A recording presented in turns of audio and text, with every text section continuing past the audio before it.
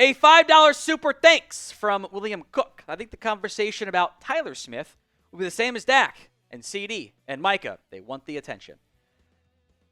I don't want to wait on a Smith extension. We'll do the extension candidates video. Keep your eye out for that one.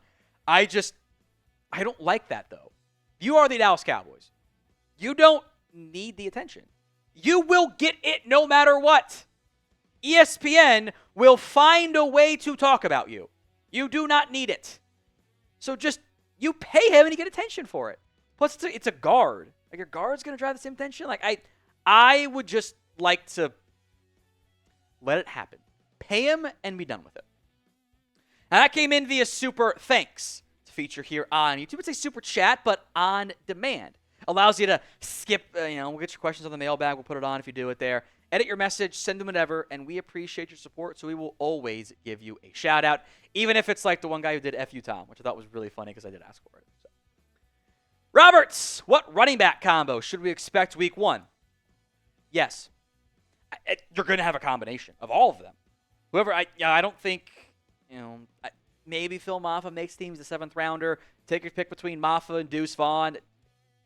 Riley and Maffa, given the more recent draft investment there, may or may not be active.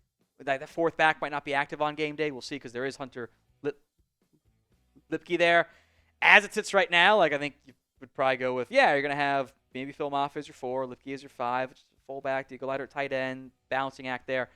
If Williams and Sanders play well, they'll make the team. I think who's ever active at running back is going to play. Jaden Blue will play. Javonte/Miles Sanders will play. I know it's kind of a non-answer, but you're going to have a committee.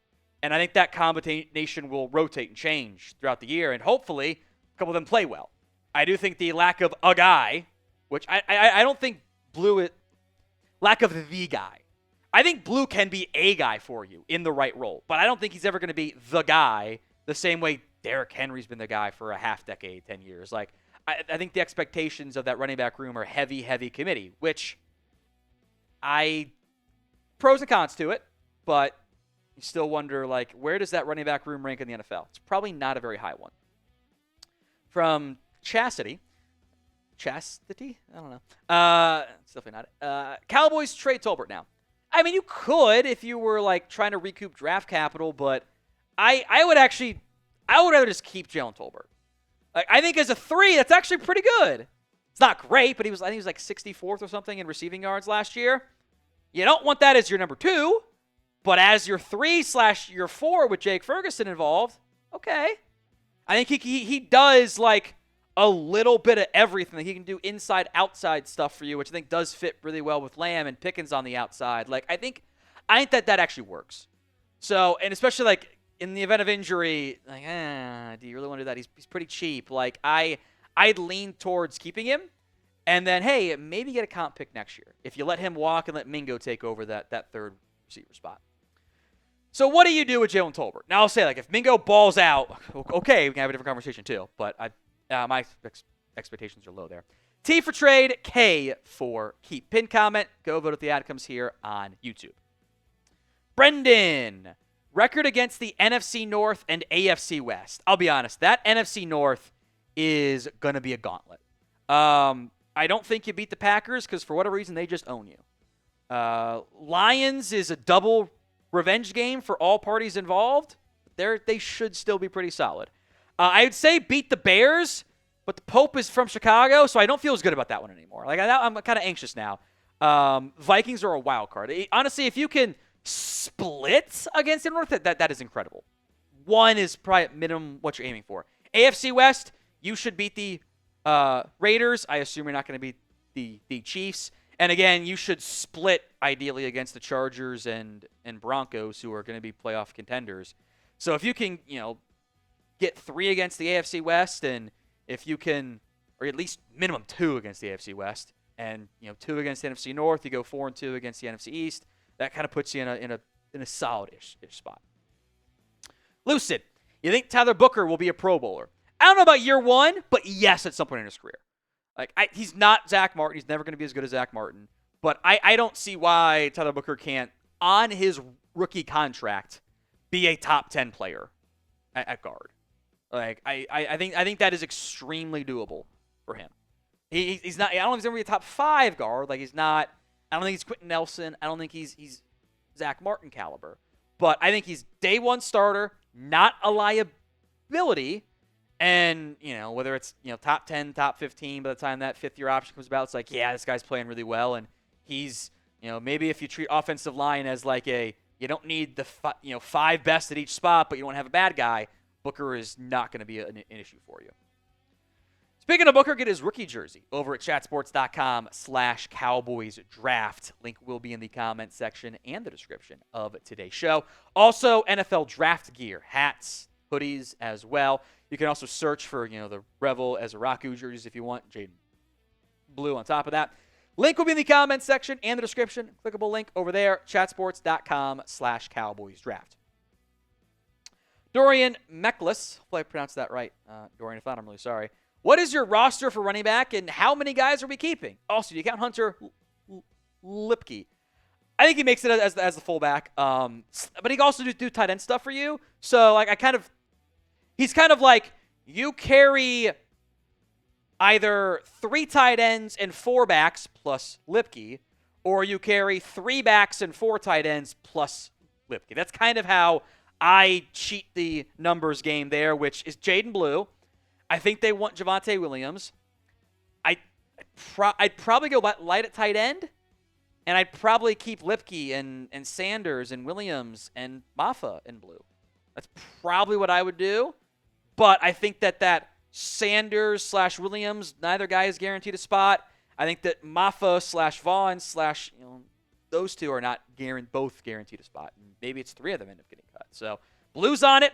I think you keep Hunter Lipke. I think he does too many good things for special teams to not move on there. That last spot, though, does Phil Maffa help you on special teams? Does he learn how to do that? Because Sanders and Javonte don't.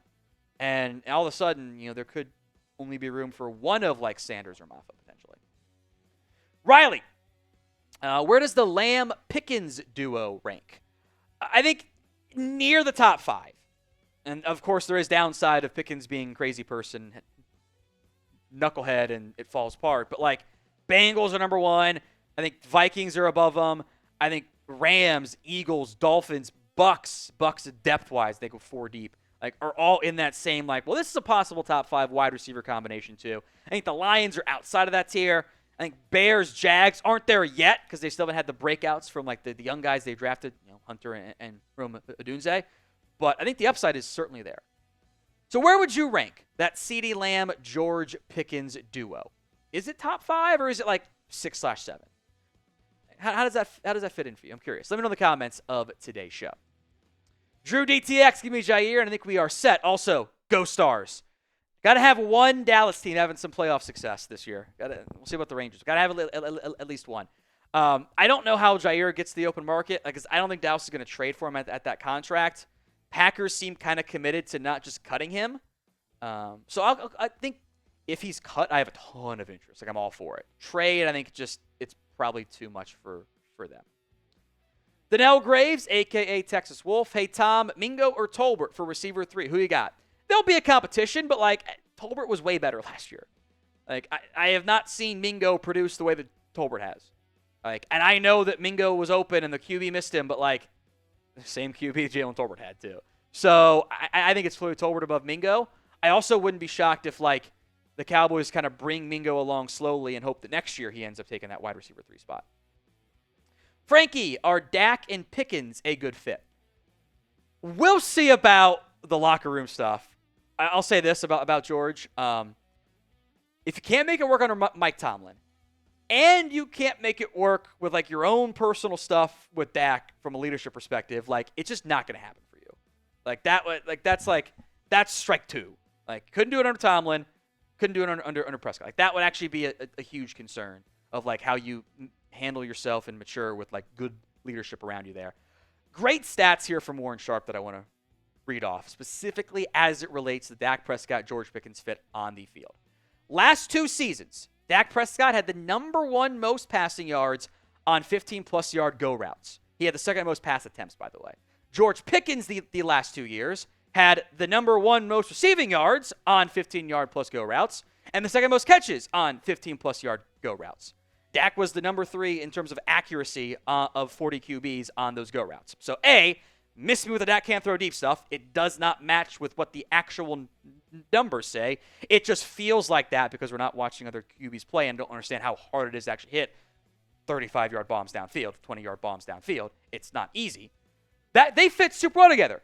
Goes, outs, and hitches. That's like what George Pickens runs. And those are throws the Cowboys run like. I think on the field, the off-the-field stuff, football character stuff, valid questions. Specifically on the field, I think it is a fantastic fit. Like, I think the stuff that Pickens does well, which is outside the numbers, the stuff that CeeDee Lamb does inside the numbers especially, like that's just like the puzzle pieces all fit together with everything. And Jake Ferguson does seam stuff really well, which Dak does really well. So, like, yes. Now, some of those 15-yard go routes are factoring in the seam stuff for Fergie that were thriving in 2023. They stopped doing it in 2024 for some stupid reason. Like, the on-field fit for me is an A+. What do you think? A, B, C, D, or F? Let me know in the comments of today's show. Dallas wants to know, who do you think the Cowboys will face in the season opener? It has been too many years since the Cowboys played the Giants to open up the NFL season. NFL is going to just go back and reuse the script. Cowboys for the Giants week 1. That is my prediction.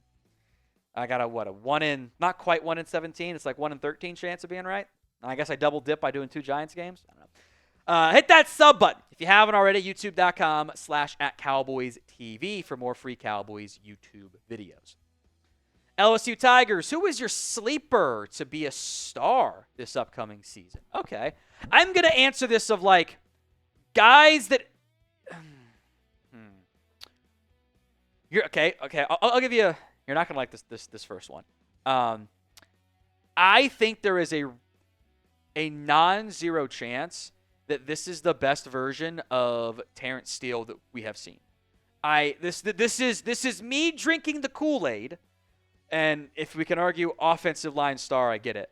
Like I think the schematic changes, the O-line coach change for a guy that actually likes you now, because last guy was a football terrorist. I think that Terrence Steele could have a really good year, especially as a run blocker. Defensively, how about, and star is probably not fair, but becomes a good starter? How about Israel Mukuamu? And he's got an opportunity to be a key part of the defense. Or he adds somebody else and he gets benched, and is what it is. And I think the ideal answer here is Osa. I don't think he's a star right now. But if he can have a big-time year and kind of make it worth that contract, that's a big deal for the Cowboys. Lance Dunbar, who on the Cowboys has the most trade value to recoup draft capital, and who could you give up? I mean, you can trade Micah for a bunch of picks, but that doesn't bother me. I think of the realistic guys you can trade, and we'll do a whole video on this too.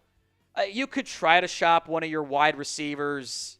You could offer up a gently used Sam Williams or a Damone Clark. I don't know who wants those guys, coming off injuries and stuff. I don't think you're going to get anywhere near a third-round pick back unless you're moving a starter, which kind of defeats the purpose of trading for George Pickens in the first place. So trades are possible, but I think they will lean much closer to the Peyton Hendershot future 7th-round pick you got back than, getting a 3rd-round pick back.